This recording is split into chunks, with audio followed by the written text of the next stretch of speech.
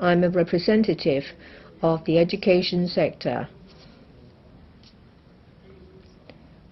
I am extremely disappointed with the part of education regarding expenditure, an increase in resources, and new measures. Not only have we not seen any new measures, existing measures have regressed. There are only a handful of new policies. Say, for example, for 2020-21, there will be a continued waiver of examination fees, and there will be short-term internship for postgraduate researchers.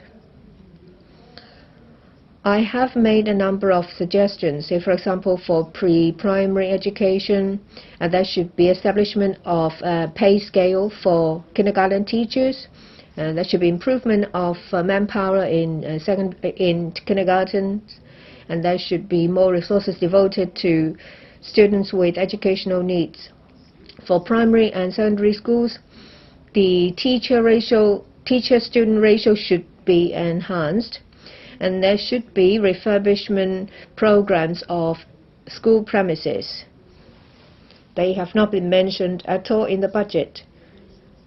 Well, a lot of teachers and principals are disappointed. Now let's look at some figures. In relation to increase in expenditure on education, for recurrent expenditure, it stays at 7.2% for all,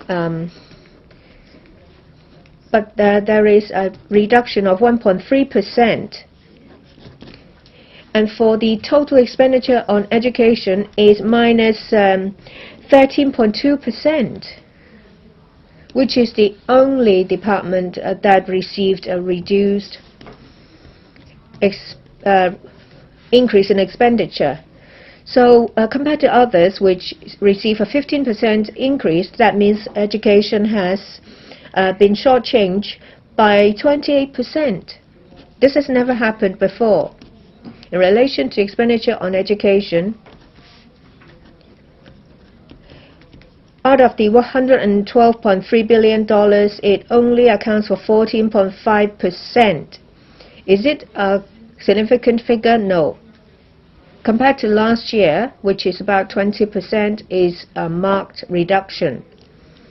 Compared to 1997, education accounted for about 25% of the total expenditure, which is day and night.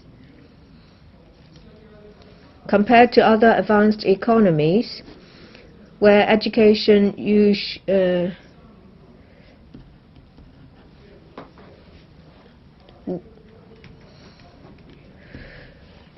accounts for 5% of the GDP, whereas we only devote 3.9% of the GDP on education.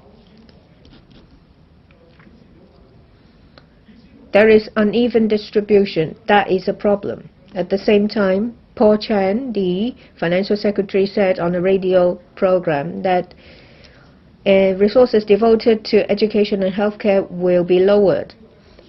He said that at this stage, adjustments are needed. We are aware of the risk of economic downturn. There is a need for adjustments. How come that you need to adjust expenditure on education and healthcare? I would like to hear an answer from the FS. Previously, the administration has withdrawn some funding applications on tertiary educational institutions.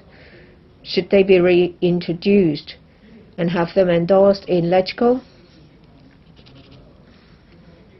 Well, for the budget as well as the 2 rounds of anti-epidemic fund, there are some proposals that are beneficial, but it's far from being able to address the overall problems, and there is serious inadequacies on education. The government should attach importance on education.